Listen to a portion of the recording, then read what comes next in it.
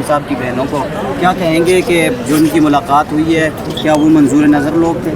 دیکھیں، آپ یہ کیوں پوچھ رہے ہیں کہ منظور نظر تھے یا نہیں تھے؟ آپ بیسک سوال کیوں نہیں پوچھ رہے؟ بیسک سوال یہ ہے کہ ہر ایک قیدی کو، چاہے وہ گناہ گار ہے یا بے گناہ ہے، اس کو یہ حق حاصل ہے کہ وہ اپنے وکیلوں سے مل سکے، اس کو یہ حق حاصل ہے کہ وہ اپنے خاندان کے لوگوں سے مل سکے۔ اب وہاں جیل میں جو بھی، چاہے حکومت ہے چاہے اسٹیبلشمنٹ ہے، جو یہ فیصلے کر رہی ہے کہ فلانے کو ملنے دیں گے فلانے کو ملنے نہیں دیں گے پسند ناپسند کی بنیاد پہ، یہ تو قانون ہے۔ قانون میں تو یہ نہیں ہوتا کہ کوئی مجھے پسند ہے یا ناپسند ہے۔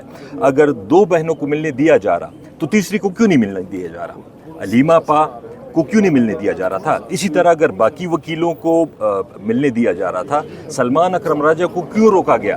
اصل چیز تو یہ ہے کہ ہم سب کو یہ سوال پوچھنا چاہیے کہ آیا یہ ملک کسی آئین، قانون، کوئی طریقے پہ چلے گا یا ذاتی پسند ناپسند کی بنیاد پہ چلے گا؟ بات چیت ہو رہی ہے کیا؟ یہ پچھلے دنوں آپ کے کئی اہم لیڈر، ذمہ دار جو تھے، انہوں نے کہا کہ اسٹیبلشمنٹ سے بات چیت کا ٹاسک دیا ہے خان صاحب نے۔ اس کی تو میرے خیال میں خان صاحب نے کل تردید بھی کر دی ہے۔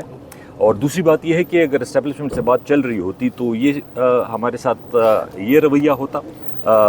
تیسری بات یہ ہے کہ دیکھیں، آج یا کل یا پرسوں جب بھی ہو، یہ مسئلہ حل کرنا پڑے گا۔ یہ آپ اس کو بھول نہیں سکتے، اس بات کو آپ نظر انداز نہیں کر سکتے۔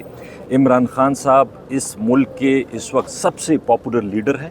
تحریک انصاف اس وقت اس ملک کی سب سے بڑی پولیٹیکل پارٹی ہے، پاپولر پارٹی ہے۔ اب جب تک آپ ان کے ساتھ معاملات بیٹھ کے حل نہیں کریں گے، اگر آپ یہ منرلز کے کانفرنسز کراتے جائیں، آپ اور مزید یہ کام کرتے جائیں، اس سے فائدہ نہیں ہوگا۔ جب تک پولیٹیکل سٹیبلٹی نہیں ہوگی، جب تک عدالتی احکامات پہ عمل نہیں ہوں گیا۔ میں نے کل بھی یہ ذکر کیا تھا، ابھی دوبارہ کر رہا ہوں، عدالتیں اگر اپنے آرڈرز پہ امپلیمنٹیشن نہیں کرا سکتی تو مہربانی کر کے وہ فیصلے چھوڑ دیں۔ کیوں کاغذ ضائع کرتے ہیں؟ یہ کل جو ہوا، یہ عدالتی حکم پہ یہ لوگ گئے تھے، اس کے باوجود بھی نہیں ملنے دیا، تو پھر کیا فائدہ؟ پھر ہم ایکسپیکٹ کرتے ہیں کہ جی یہاں پہ انویسٹمنٹ آئے گی۔ جس ملک میں آئین نہ ہو، قانون نہ ہو، عدلیہ نہ ہو، عدلیہ کے امپلیمنٹیشن نہ ہو، تو اس ملک میں کوئی انویسٹمنٹ نہیں ہوگی۔ کل کی ملاقات کے بعد تنقید کی جاتی ہے، سلمان اکرم راجہ صاحب نے بیرسٹر گوہر پر بڑی تنقید کی کہ ان کو بھی نہیں ملنا چاہیے تھا۔ تو آپ کو لگتا ہے کہ بیرسٹر گوہر صاحب کا فیصلہ درست تھا، ملاقات کرنے کا خان صاحب کا ان کو اختیار تھا کہ وہ ملاقات کر سکیں؟ دیکھیں، یہ تو سلمان اکرم راجہ صاحب اس بات پہ واقعی ناخوش تھے کہ اگر مجھے نہیں ملنے دیا جا رہا تو سالیڈیرٹی کے طور پہ باقی وکیلوں کو بھی نہیں ملنا چاہیے تھا۔ گوہر صاحب کی یہ بات تھی کہ اگر ان کو نہیں ملنے دیا جا رہا تو کم از کم میں تو جا کے مل لوں، میں ان سے کوئی بات کر لوں، میں ان سے کوئی گائیڈنس لے لوں، کوئی انسٹرکشنز لے لوں۔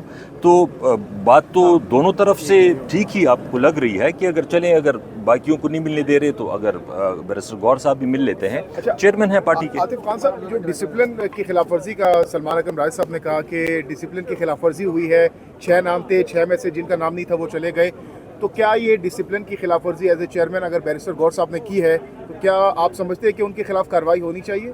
دیکھیں، پہلی بات تو یہ ہے کہ وہ تو چیئرمین ہیں، تو چیئرمین تو ظاہری بات ہے ان کا استحقاق ہے، وہ جب خان صاحب ان سے ملنا چاہتے ہیں، جب وہ خان صاحب سے ملنا چاہتے ہیں، تو اس پہ تو ہم ان کے خلاف کیا کوئی ڈسپلن ریئیکشن لیں گے؟